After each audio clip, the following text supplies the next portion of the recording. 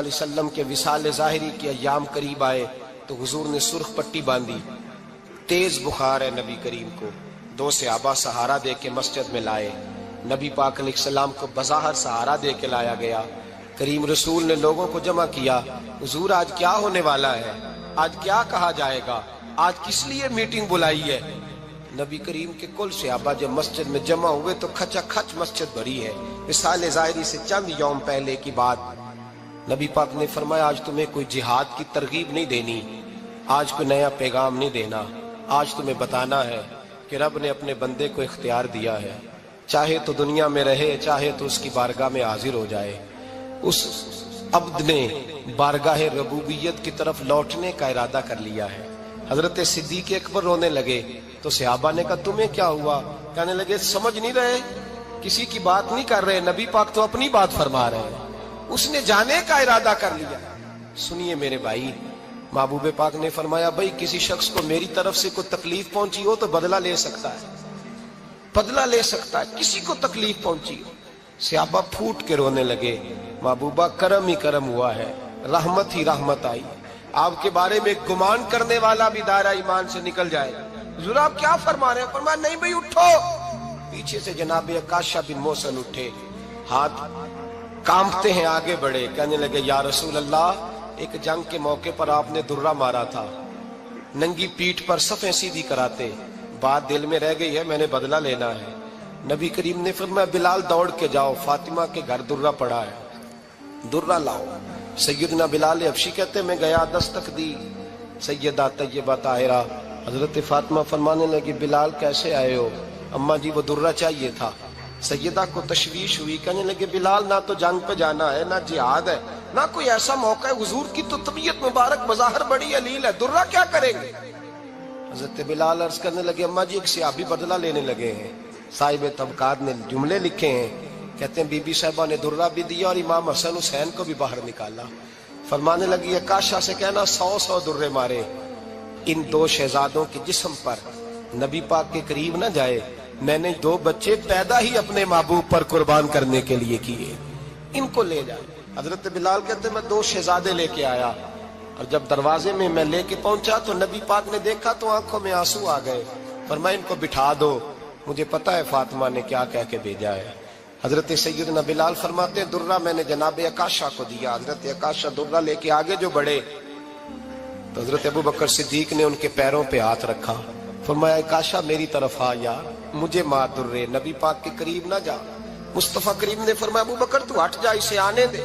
فرماتے ہیں میں چند قدم آگے گیا تو مولا علی شیر خدا نے میرے پیر پہ ہاتھ رکھا، کہنے لگے عکاشہ سوچ تو صحیح تو کیا کر رہا ہے؟ حضور نے فرمایا علی ہٹ جاؤ، میرا اور ان کا معاملہ ہے۔ جناب عکاشہ آگے بڑھ رہے، نبی کریم نے فرمایا میں اپنی امت کو درس دینا چاہتا ہوں، خبردار خبردار زندگی میں تمہارے ہاتھ سے زبان سے کسی کو تکلیف نہ پہنچنے پائے، خبردار یاد رکھنا وہ معاشرے بگڑ جاتے ہیں، وہ معاشرے تباہ کر دیے جاتے ہیں جہاں ظلم ہوتا ہے، جہاں زیادتی ہوتی ہے، جہاں لوگوں کو ستایا جاتا ہے۔ محبوب کریم کے قریب آئے حضرت عکاشہ کہ حضور میری پیٹھ ننگی تھی، آپ بھی ذرا کپڑا ہٹائیے۔ نبی کریم نے پیٹھ سے کپڑا ہٹایا، جناب عکاشہ نے درہ جو اٹھایا تو صحابہ کی چیخیں نکلی، حضرت عکاشہ نے درہ دور پھینکا، حضور کے بطن اطہر سے لپٹ گئے، چومنے لگے، کہنے لگے حضور وہ تو صفیں سیدھی کراتے لگ گیا تھا، آپ نے کہاں مارا تھا؟ یا رسول اللہ میں تو بہانہ بنا رہا تھا کہ جاتی دفعہ مجھے وجود چومنے کا موقع نصیب ہو جائے، مجھے یہ موقع نصیب ہو جائے۔ میرے حبیب نے فرمایا جس نے جنتی دیکھنا ہو میرے عکاشہ کی زیارت کر لے۔ بھائی ظلم کا دروازہ کھلا ہوا ہے اور لوگ بھول جاتے ہیں زیادتی کرتے ہوئے، وہ بہو سے ہی کیوں نہ کریں، وہ اپنے گھر کے بھول جاتے ہیں کہ شاید پوچھنے والا کوئی نہیں، شاید میزان نہیں لگے گا۔ ایران کے بادشاہ نے اپنے بیٹے کو پڑھانے کے لیے ایک استاد صاحب کا بندوبست کیا۔ استاد صاحب کو کہا کہ میرے بچے کو دین پڑھائیے، میں چاہتا ہوں کل اس نے عنان حکومت کو سنبھالنا ہے تو یہ دین سے آگاہ ہو جائے، اس کو کچھ سکھائیے پڑھائیے۔ بہت نیک بزرگ بڑے درویش عالم پڑھانے لگے، اسباق مکمل ہو گئے، دین کے اسباق قرآن مجید پڑھایا، احادیث طیبہ کا درس دیا، اصول فقہ سے روشناس کرایا۔ جب بچے نے مکمل تعلیم حاصل کر لی اور آمین ہو گئی، دستار ہو گئی، فارغ ہو گئے، تو پھر ایک دن استاد صاحب نے کہا بیٹے کل تم نے ضرور آنا ہے، کچھ بات کرنی ہے۔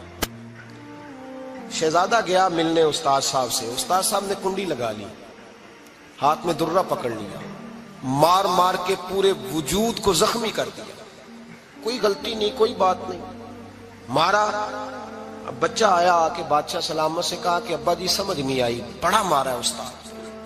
تو سیانے تھے نا بادشاہ، یہاں تو قاری صاحب روز کٹہرے میں کھڑے ہوتے ہیں، مولوی صاحب آپ نے میرے بچے کو کیوں مارا ہے؟ آپ 8,000 کے مولوی ہیں، میرا کئی کروڑ کا بچہ ہے، سویرے بدل لیں گے، خبردار آپ نے بچے کو ہاتھ لگایا، اپنی حیثیت میں رہے معاذ اللہ۔ جو قومیں استادوں کو کٹہروں میں کھڑا کرتی ہیں وہ ترقی نہیں کر پاتی، جو استادوں کو کٹہروں میں روز کھڑا کرتے ہیں۔ کہا ابا جی بڑا مارا ہے، تو والد بڑے سمجھدار تھے، کہنے لگے بیٹا استاد باپ ہوتا ہے، وہ زیادتی نہیں کرتا، کوئی بات ہوگی، میں تیرے استاد کو کٹہرے میں نہیں بلاؤں گا۔ اماں سے بات کی، اماں کہنے لگی بیٹا میں تیرے باپ سے کیسے بات کروں، ڈرا تھا۔ وقت گزر گیا، 22 سال بیت گئے، 22 سال گزر گئے، بادشاہ کا انتقال ہوا، شہزادہ تخت پہ بیٹھا، پہلا حکم یہ دیا کہ میرے استاد کو بلاؤ، پہلا حکم۔ استاد جی بوڑھے ہو گئے تھے، چھڑی کے اوپر ٹیک لگا کے آئے اور بھویں سفید ہو کے جھک گئی تھیں، یوں آنکھ کھول کے بڑی مشکل سے دیکھا، کہنے لگے شہزادے حکم ہو۔ کب میں شہزادہ نہیں، اب میں بادشاہ بن گیا ہوں۔ استاد جی 22 سال بیت گئے، آپ نے مارا تھا، پر وہ درد چونکہ زیادتی کی تھی، میرا قصور کوئی نہیں تھا، تو نہ میری روح سے درد گیا ہے نہ میرے جسم سے گیا ہے، میں بے اختیار تھا، پوچھ نہیں سکتا تھا، آج با اختیار ہوا ہوں۔ سب سے پہلے پہلا حکم آپ کو دیا، بلایا ہے، بتائے کیوں مارا تھا، کیوں مجھے مارا تھا، میری زیادتی بتائے۔ تو استاد، بوڑھے استاد کی آنکھیں آنسوں سے بھر گئی، کہنے لگے بیٹے بس آج کے دن کے لیے مارا تھا، یہ جو دن آ گیا نا میری زندگی میں اس لیے مارا تھا، یہ میں چاہتا تھا میری زندگی میں وقت آئے، آج کے بس میری مراد پوری ہو گئی۔ کہا صاحب کس لیے، مجھے بھی سمجھائے۔ آپ فرمانے لگے کتنی دیر ہو گئی تجھے مار کھائے ہوئے، کتنا زمانہ بیت گیا؟ کہنے لگا 22 سال۔ فرمایا زخم بھولے تو نہیں، درد ختم تو نہیں ہوئی، تمہیں بات 1 منٹ کے لیے بھی تمہارے حافظے سے محو تو نہیں ہوئی؟ کہا استاد جی روز رات کو یاد آتی، روز خیال آتا تھا۔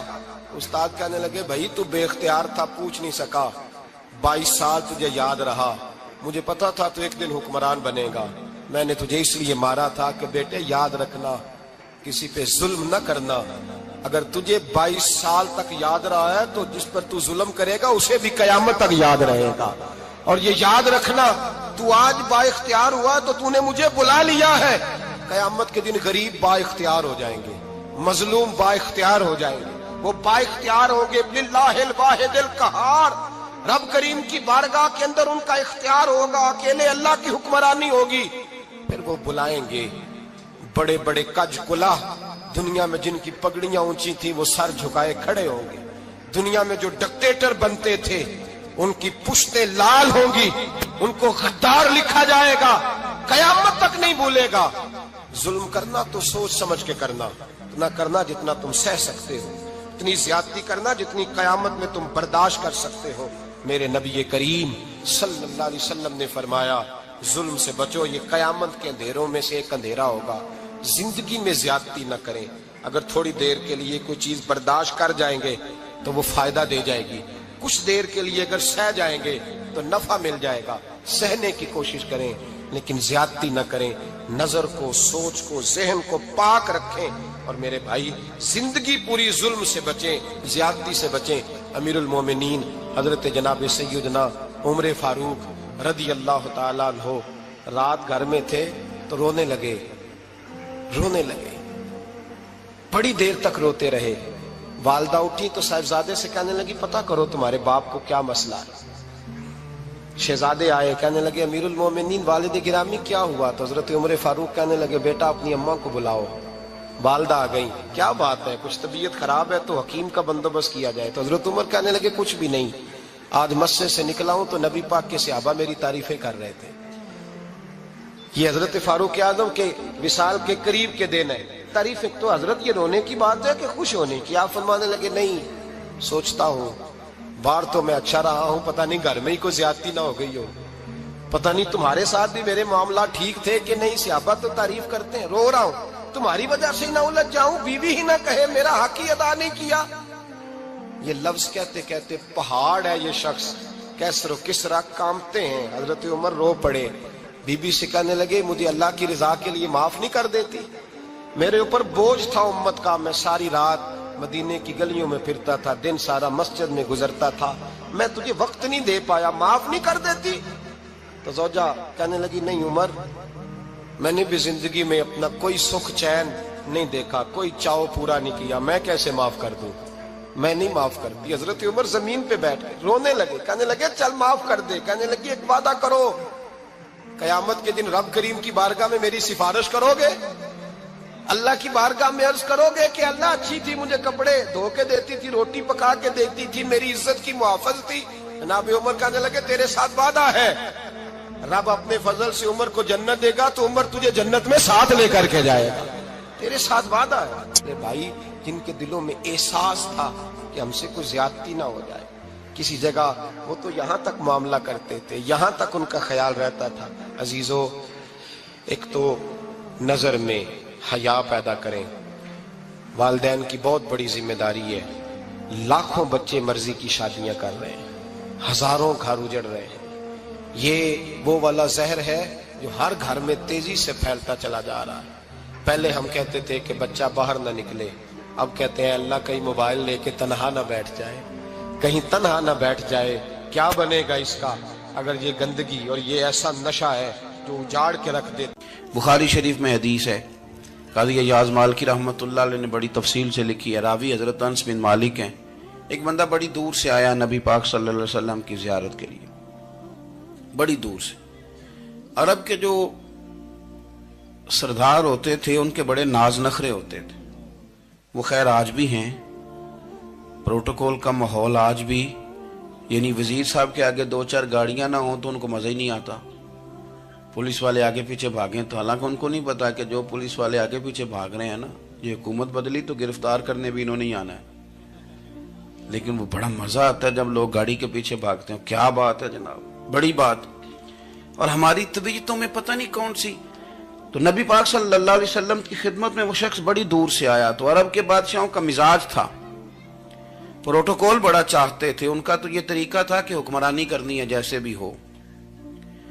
اگر کسی غلام نے دھوپ میں بندھا رہ گیا، اونٹ اور چھاؤں میں نہیں باندھا تو درے مارتے تھے، اور اگر اس نے کھول کے باندھ دیا تو پھر بھی مارتے تھے، کہتے تھے اتنا سیانا ہو گیا تو انہیں پوچھا ہی نہیں، خود بخود ہی باندھ دیا۔ وہ شخص حضور کی بارگاہ میں آیا اور بہت سارے لوگوں کے پاس کیونکہ وہ جاتا تھا اپنے سربراہ کا پیغام لے کے، تو وہ کانپ رہا ہے جب حضور کی بارگاہ میں گیا، ڈر رہا ہے۔ اب ذرا بات کو سمجھنا، نبی پاک صلی اللہ علیہ وسلم نے اس سے فرمایا کیوں ڈرتے ہو؟ سادہ آدمی ہے، دیہاتی ہے، بدو ہے۔ اللہ کے رسول نے تھپ کی دی، کیوں ڈرتے ہو؟ تو کہتا ہے حضور مجھے آداب نہیں آتے اور مجھے ڈر آتا ہے، کوئی بات اگر ایسی ہو گئی، آپ مدینے کی حکومت کے سربراہ ہیں، تو کہیں آپ ناراض نہ ہو جائیں۔ حضرت انس بن مالک فرماتے ہیں بات کہاں کی تھی، پہنچ کہاں گئی؟ جب اس نے یہ کہا نا کہ آپ تو حکومت کے سربراہ ہیں، کہیں کوئی غلطی نہ مجھ سے ہو جائے، تو نبی پاک کی آنکھوں میں آنسو آ گئے، حضور رونے لگے، اور نبی پاک صلی اللہ علیہ وسلم فرمانے لگے نہ بھائی، تو کسی حکومت کے سربراہ کے پاس نہیں آیا، نہ تو اس بیٹے کے پاس آیا ہے جس کی ماں گوشت کے خشک ٹکڑے کھا کے بھی گزارا کر لے گی۔ میں تو ایک غریب ماں کا بیٹا ہوں۔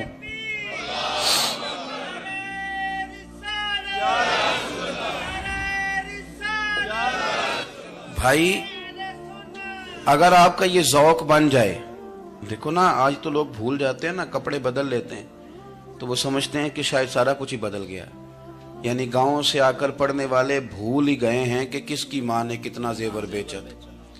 لوگ بھول جاتے ہیں چیزوں کو، اپنے ماضی کو یاد رکھیں، آپ لوگوں کے ساتھ پیار کریں، آپ لوگوں کو موقع دیں، آپ تھوڑی سی اور کوشش کریں اس شخص تک جانے کی جو آپ کو مایوس نظر آ رہا ہے، پریشان نظر آ رہا ہے۔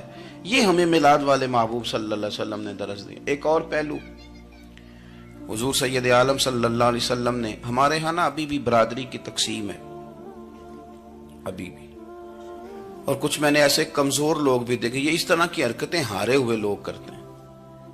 ہارے ہوئے لوگ جو اپنے آپ کو سمجھتے ہیں کہ میں کوئی بڑا آدمی ہوں.